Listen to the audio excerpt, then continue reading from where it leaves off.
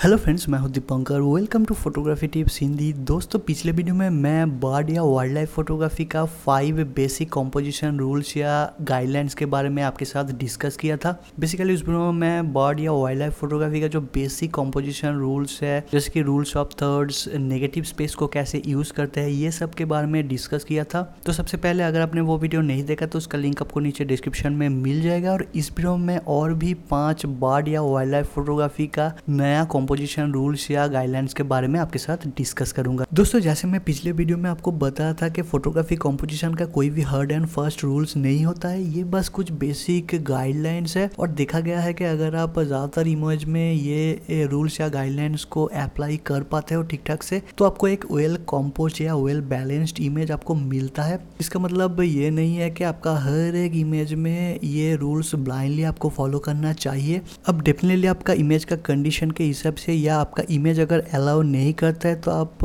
इस रूल्स के बाहर जाके भी एक वेल कंपोज्ड इमेज बना सकते हो। दोस्तों, मैं बर्ड फोटोग्राफी का एक प्लेलिस्ट भी बनाया है और वहाँ पे आपको बर्ड फोटोग्राफी का tips and tricks, composition rules, field techniques, camera settings, post processing ideas और भी बर्ड फोटोग्राफी रिलेटेड बहुत सारे वीडियोस मिल जाएगा। तो अगर आप बर्ड या वाइल्ड लाइफ फोटोग्राफी में इंटरेस्ट रखते हो तो उस प्लेलिस्ट का सारे वीडियोस आप देख सकते हो। आपको डेफिनेटली बहुत सारा हेल्प मिलेगा। तो ये वीडियो लास्ट तक देखने के बाद अगर आपको अच्छा लगता है तो प्लीज़ एक लाइक कर देना, और अगर आप इस चैनल में नए हैं तो प्लीज़ सब्सक्राइब करके बेल आइकन प्रेस करना मत भूलना। तो चलिए वीडियो को शुरू करते हैं। दोस्तों, बर्ड या वाइल्ड लाइफ फोटोग्राफी में फ्रेमिंग करने के टाइम आपका उस हर एक फ्रेम के साथ एक स्टोरी क्रिएट करने का ट्राई कीजिए। मतलब आपका फोटो आपका व्यूअर्स को क्या स्टोरी कन्वे कर रहा है, या आप आपके फोटो से आपका व्यूअर्स को क्या कहानी बताना चाहते हो, वो एक अच्छा कॉम्पोजिशन का या एक अच्छा इमेज का बहुत ही इंपॉर्टेंट फैक्टर है। तो मैं पिछले कंपोजिशन का वीडियो में और इस वीडियो में अभी तक जो सारे कंपोजिशन का बेसिक गाइडलाइंस के बारे में आपको बताया, आप उन सारे गाइडलाइंस को फॉलो करके उस हिसाब से आपका सब्जेक्ट का बैकग्राउंड और फोरग्राउंड को और आपका सब्जेक्ट को अपना फ्रेम में प्लेस करके आपका सब्जेक्ट का एक हैबिटेट शॉट लेके आप एक अच्छा स्टोरी टेलिंग इमेज बना सकते हो। या आप जिस भी सब्जेक्ट का या जिस भी स्पीसीज का फोटोग्राफ्स ले रहे हो उसका कुछ स्पेशल बिहेवियर या उसका कुछ स्पेशल मोमेंट को कैप्चर करके भी आप एक बहुत ही अच्छा स्टोरी टेलिंग इमेज बना सकते हो। तो बेसिकली आपका सब्जेक्ट को उसका हैबिटेट में फ्रेम करके उसको अच्छे से कंपोज करके कैसे आप एक स्टोरी क्रिएट कर पाएंगे, ये बेसिकली आपका क्रिएटिविटी के ऊपर डिपेंड करता है। और बर्ड्स या एनिमल्स का कुछ स्पेशल मोमेंट्स, जैसे कि बर्ड्स का टेक ऑफ और लैंडिंग एक्शन, उसका फीडिंग पैटर्न, उसका hunting behaviour, sand bathing, mating, territorial fight moments, ये सब मोमेंट को कैप्चर करने के लिए आपको बहुत ही ज़्यादा पेशेंस की ज़रूरत है।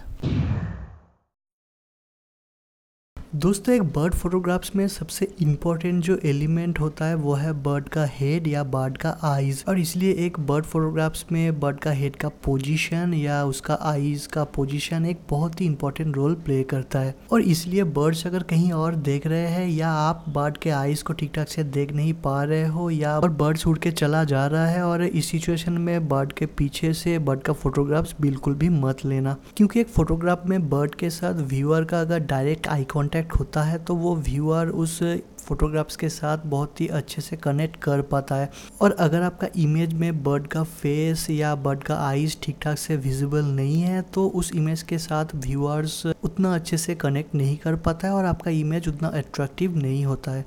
तो इसलिए हमेशा साइड फेसिंग सिचुएशन में या बर्ड अगर आपकी तरफ देख रहा है या बर्ड के हेड का पोजीशन आपके तरफ या आपके कैमरे की तरफ स्लाइटली टिल्टेड है, या ऐसे सिचुएशन में जहाँ से बर्ड का हेड या आईज प्रॉपरली विजिबल है, आप उस टाइम ही बर्ड का फोटोग्राफ्स ले। दोस्तों, बर्ड या वाइल्ड लाइफ फोटोग्राफी करने के टाइम अगर आप क्रिएटिव हाई की फोटोग्राफी नहीं कर रहे हैं तो ऑलवेज बहुत ही ब्राइट बैकग्राउंड या बहुत ही ज़्यादा ओवर एक्सपोज बैकग्राउंड को अवॉइड कीजिए। दोस्तों, वाइल्ड लाइफ फोटोग्राफी में आपका सब्जेक्ट का जो बैकग्राउंड है वो एक बहुत ही इंपॉर्टेंट रोल प्ले करता है। और अगर आप कोई ऐसी सिचुएशन में फ़ोटो ले रहे हैं जहाँ पे आपका सब्जेक्ट का बैकग्राउंड बहुत ही ज़्यादा ब्राइट है या आपका सब्जेक्ट के बैकग्राउंड में सन है, तो फ़ोटो लेने के बाद आपका सब्जेक्ट का जो बैकग्राउंड है वो कम्प्लीटली वाइट हो जाता है और उसमें कोई डिटेल नहीं रहता है।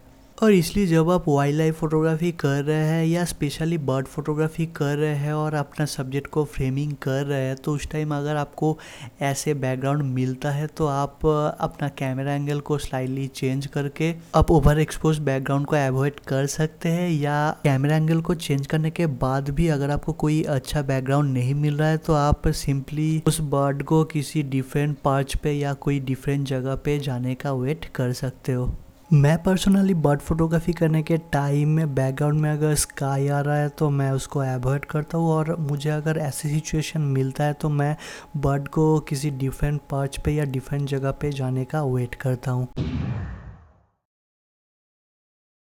दोस्तों, आपका फोटोग्राफ्स में या आपका फ्रेम्स में बर्ड्स उस फ्रेम का कितना परसेंटेज ऑफ एरिया कवर किया हुआ है वो एक बहुत ही इंपॉर्टेंट फैक्टर है। एज ए जनरल गाइडलाइंस ज़्यादा टाइम ये देखा गया है कि अगर बर्ड आपके फ्रेम का 30 से 80% तक एरिया को कवर किया हुआ है तो वो इमेज बहुत ही आई कैची देखने को लगता है। यानी कि आपको आपका बर्ड फोटोग्राफ्स को इस तरह से टाइटली क्रॉप भी नहीं करना है और इस तरह से बहुत ही ज़्यादा नेगेटिव स्पेस भी आपको नहीं रखना है। अगेन ये जस्ट बेसिक गाइडलाइंस है। अगर आप बर्ड के हैबिटेट शॉट ले रहे हो या क्रिएटिव कुछ शॉट्स ले रहे हो तो आप डेफिनेटली इस रूल या गाइडलाइंस के खिलाफ जाके भी एक वेल कंपोजिशन बना सकते हो।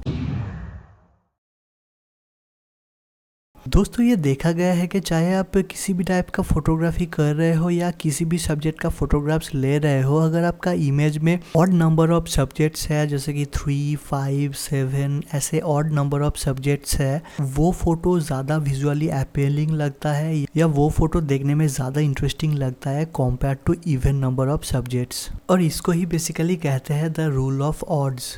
तो जब आप वाइल्ड लाइफ या बर्ड फोटोग्राफी कर रहे हो और आप बर्ड्स का या वाइल्ड एनिमल्स का ग्रुप शॉट्स ले रहे हो तो ऐसा फ्रेम करने का ट्राई कीजिए जहाँ पे आपका फ़ोटो में ऑड नंबर ऑफ सब्जेक्ट्स आए। तो वीडियो आपको कैसा लगा उसका फीडबैक्स नीचे कमेंट पे ज़रूर देना। अगर आपका कोई भी सवाल है आप नीचे कमेंट में कर सकते हैं, मैं उसका रिप्लाई ज़रूर दूंगा। अगर आप इस चैनल में नए हैं तो प्लीज़ सब्सक्राइब करके बेल आइकन प्रेस करना मत भूलना। अगर आप चाहे तो मुझे फेसबुक और इंस्टाग्राम में भी कॉन्टैक्ट कर सकते हैं। मेरा फेसबुक और इंस्टाग्राम लिंक आपको नीचे डिस्क्रिप्शन में मिल जाएगा। तो इस वीडियो में बस इतना ही, मिलते हैं किसी और वीडियो में।